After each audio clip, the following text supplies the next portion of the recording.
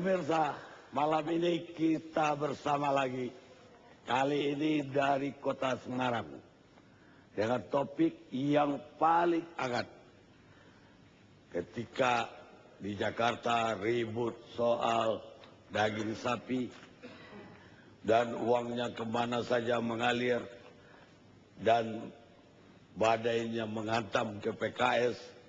Tiba-tiba dari Papua ada berita yang juga mengejutkan, yaitu rekening seorang Aibtu Polri yang katanya mencapai 1,5 triliun. Apa benar sebanyak itu? Kalau sebanyak itu, saya hampir tidak tahu lagi berapa rekening para jenderal yang hadir malam ini di sini. Tapi sebelum kita ke diskusi tersebut, kami sengaja mengundang kali ini budayawan tuan rumah, budayawan Semarang, Jaya Suprana, yang juga pakar kriminologi. Saya biasa nyebut kriminologi jadi kriminologi. Kriminologi itu nggak tahu ilmu apa. Dan yang juga sekaligus pengusaha jamu terkenal, jamu jago. Dan terakhir, dia bikin karir lagi sebagai juru catat seluruh prestasi di Republik ini. Kita lihat performanya malam ini.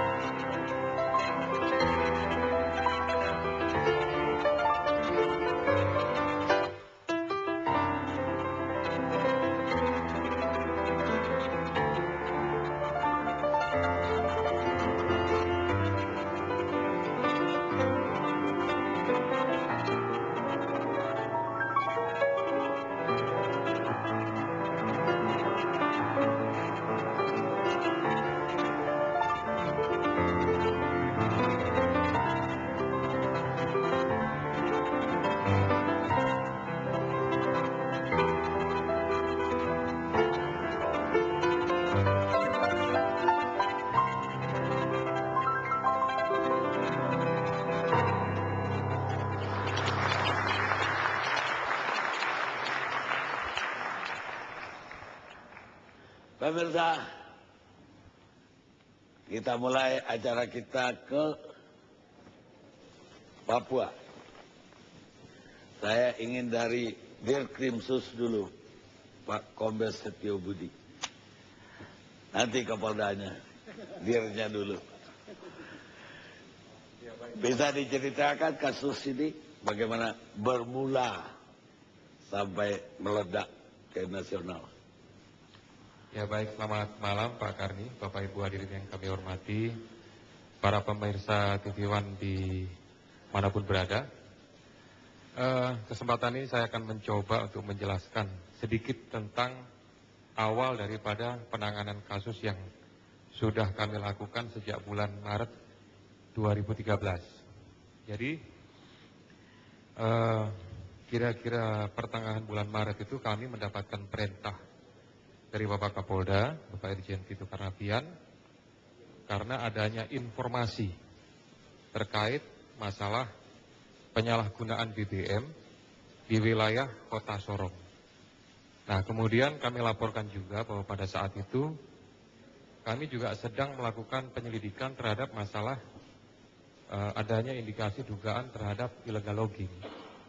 Nah, dari situ kami mulai masuk.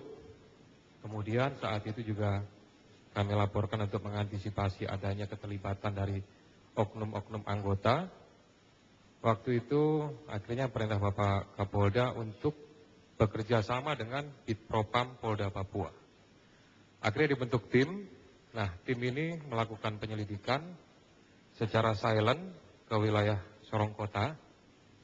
Jadi kondisinya tidak ada yang tahu. Begitu datang langsung menuju ke lokasi-lokasi yang ditentukan. Nah, di lokasi di wilayah Tempat Garam itu kita melakukan pengecekan terhadap beberapa kapal.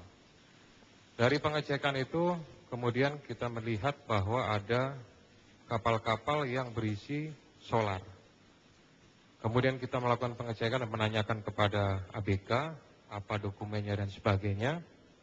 Mereka menjelaskan bahwa dokumen-dokumennya ada di kantor. Dari situ kita dalami kembali, kita lakukan investigasi secara mendalam, kita melakukan pemeriksaan terhadap para ABK, kemudian kepada saksi-saksi yang lain termasuk juga kepada Pertamina Depo Sorong Kota, juga kepada masyarakat-masyarakat yang lain. Indikasinya bahwa BBM yang ada di kapal-kapal tersebut, waktu itu ada 3 kapal. 2 kapal itu adalah kapal LCT, yang ada tulisannya adalah SPBB, kemudian tertulis PTSAW, kemudian ada 1 kapal lagi yang berisi kurang lebih sekitar 300 kiloliter, kemudian 1 kapal yang kita asumsikan sebagai kapal karena bentuknya itu kapal tetapi tidak ada mesinnya, Pak. Nah, total keseluruhannya ada sekitar 1 juta liter. Gitu. Dari sini kita dalami kembali melakukan pemeriksaan dan sebagainya. Kita tanya asal-usul sumber dan sebagainya. Kemudian kita dapatkan informasi bahwa dari pihak Pertamina itu sebenarnya sudah melakukan pemutusan hubungan kerjasama. Jadi antara Pertamina Depo Sorong Kota dengan pihak PTSAW itu terhitung bulan Oktober 2012 sudah berhenti. Kemudian 2012 bulan November tepatnya, itu PTSAW betul-betul sudah diputus kerjasamanya. Dan suplai terakhir adalah bulan Februari 2012 itu sebanyak 150 kiloliter dan bulan April sebanyak 150 kiloliter. Jadi maksudnya awalnya memang beliau ini adalah agen Pertamina atau perusahaannya dia ini. Ya, jadi begini Pak, untuk bisa melakukan usaha niaga BBM itu harus ada izin yang dikeluarkan oleh Pertamina atau mungkin dari pihak-pihak swasta lain yang memang diakui oleh pemerintah untuk melakukan usaha niaga BBM. Gitu. Jadi awalnya memang ada. Tapi gitu. Oktober 2012. Ya, Oktober 2012 dia udah diputus. Ya. Tapi pada bulan Maret itu ketahuan masih ada suplai terakhir 1 juta. Ya, stok terakhir. Ini dipertimbangan daripada Pertamina adalah waktu itu karena proses order dari PTSAW itu ini tidak kontinu sehingga mereka agak sedikit kurang pas melihat bahwa operasional daripada PTSAW ini kelihatannya tidak rutin gitu. Jadi mungkin dia pesan dalam beberapa kurun waktu, kemudian lama tidak pesan, kemudian pesan lagi, sehingga indikasinya sepertinya ini mungkin ada sumber lain gitu. Ketika udah diperiksa oleh Polda, betul ada sumber lain? Yaitu dalam proses penyidikan Pak Karni ya. Tentunya ada beberapa materi perkara yang tidak bisa kami sampaikan dalam kegiatan malam ini. Dia ini dulu dapat jadi agen yang bersubsidi. Belakangan di stop yang bersubsidinya non subsidi. Ya, kalau yang kami ketahui itu adalah izinnya terhadap non subsidi atau industri. Gitu. Jadi duluan di stop yang subsidi saya dengar. Ya, itu mungkin prosesnya sudah cukup lama. Sudah dulu-dulu sekali. Kita hanya sekarang yang kita dalami adalah yang terkait masalah itu. Nanti kita akan mundur ke belakang. Jadi perkaranya yang ada di Polda sekarang menimbun 1 juta liter BBM itu yang ilegal. Itu awalnya Pak Karni. Gitu. Setelah itu kan berkembang kembali. Nah, pada saat anggota kami di lapangan, kita mendapatkan kan memang awalnya kita sudah melakukan investigasi awal juga terhadap masalah dugaan kehutanan, undang-undang kehutanan, masalah illegal logging. Itu kita dalami juga. Jadi di luar BBM ada lagi soal illegal logging. Ya, betul. Nah, ini bagaimana lagi ceritanya? Kalau tadi kan jelas ceritanya. Ya, jadi waktunya tidak terlalu lama. Waktu itu kami ingat 21 Maret, kemudian kurang lebih sekitar 1 minggu, kita lakukan investigasi di wilayah industri, di lokasi hampir berdekatan, kurang lebih sekitar 1 kilometer saja dari tempat yang lokasi untuk pelabuhan kapal tersebut. Pas anggota melakukan investigasi di tempat tersebut, ada 1 unit kapal, ya, kapal motor saya inisialkan sebagai E, yang sedang membongkar kayu-kayu yang ada di atas kapal bentuk LCT turun ke darat. Gitu. Lokasi itu adalah pabrik atau industri yang dimiliki oleh PTR. Gitu. Nah, pada saat kita melakukan pengecekan, kita tanyakan sama nahkoda ABK-nya, mana dokumen-dokumen, ya antara lain seperti faktur angkutan kayu olahan, gitu. Waktu itu cukup lama, harus mencari orang-orang mungkin dari pihak manajemen, sampai juga ada waktu itu yang mengatasnamakan sebagai penasihat hukum, sempat berdiskusi dengan pihak-pihak penyidik bahwa ini ada dokumennya, tapi masih ditunggu dari kantor, gitu. Nah, sedangkan seharusnya yang namanya faktur angkutan kayu olahan ini harusnya melekat, gitu, di atas kapal, dibawa oleh paling tidak kalau tidak nahkoda, paling tidak oleh mualimnya, gitu, sehingga menyertai. Nah, kurun waktu 1 jam sampai hampir 1,5 jam, barulah dibawa dari pihak manajemennya. Nah, kemudian kita lihat keterangan dari nahkoda kapal menjelaskan dari wilayah tertentu, tetapi surat tersebut berasal dari lokasi tertentu, sehingga merupakan tanya besar bagi penyidik. Artinya bahwa kita cek legalitas daripada dokumen tersebut mencurigakan karena sumbernya berbeda. Nyatanya betul ilegal setelah diperiksa. Ya, diduga. Kami sampaikan, ya, diduga. Tentu kan asasnya kan praduga tak bersalah, Pak Karni, ya. Begitu. Tapi itu kan bulan Maret ya. Iya. Kenapa tersangkanya belum disentuh sampai bulan kemarin? Sudah. Jadi pada saat 29 ini kan ada proses, Pak Karni, ya. Kita kan harus melakukan pemeriksaan terhadap ahli itu di Jakarta, kemudian saksi-saksi, gitu. Kami tidak ingin bahwa proses pemeriksaan yang dilakukan oleh penyidik itu hanya ala kadarnya tanpa memenuhi unsur-unsur pembuktian. Ya, jadi kami ingin bahwa proses penyidikan yang dilakukan oleh anggota betul-betul memenuhi syarat, memenuhi alat bukti. Makanya kita lakukan keluar dulu, melakukan pemeriksaan terhadap saksi-saksi. Dia udah dipanggil atau belum?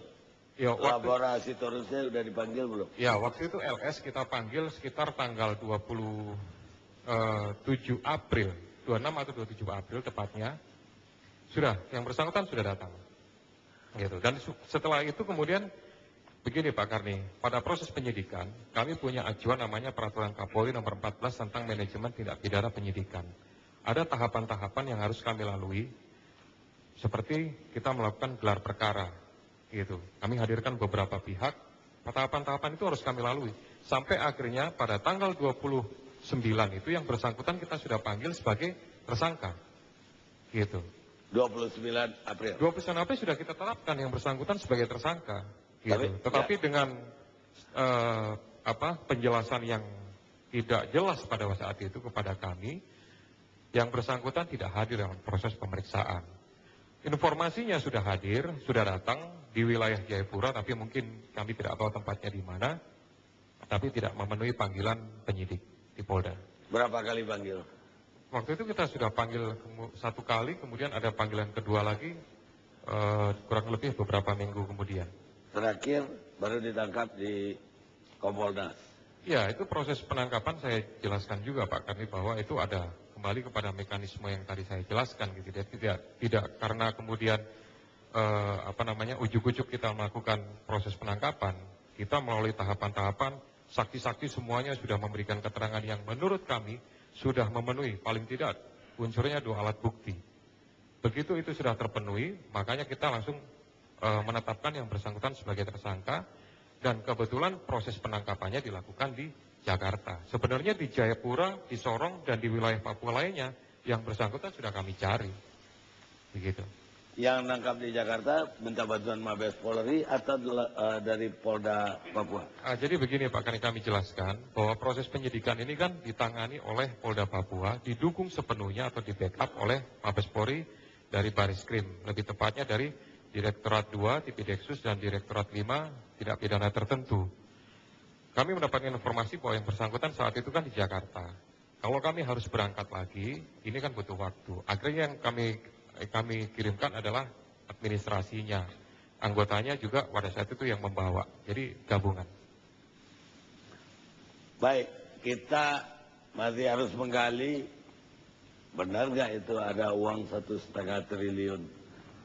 Sebentar itu lagi saya akan minta dilanjutkan ke Wadir Tipideksus Polri, Pak Kombes Sunarto, tentang uangnya. Tapi kita rehat dulu sejenak.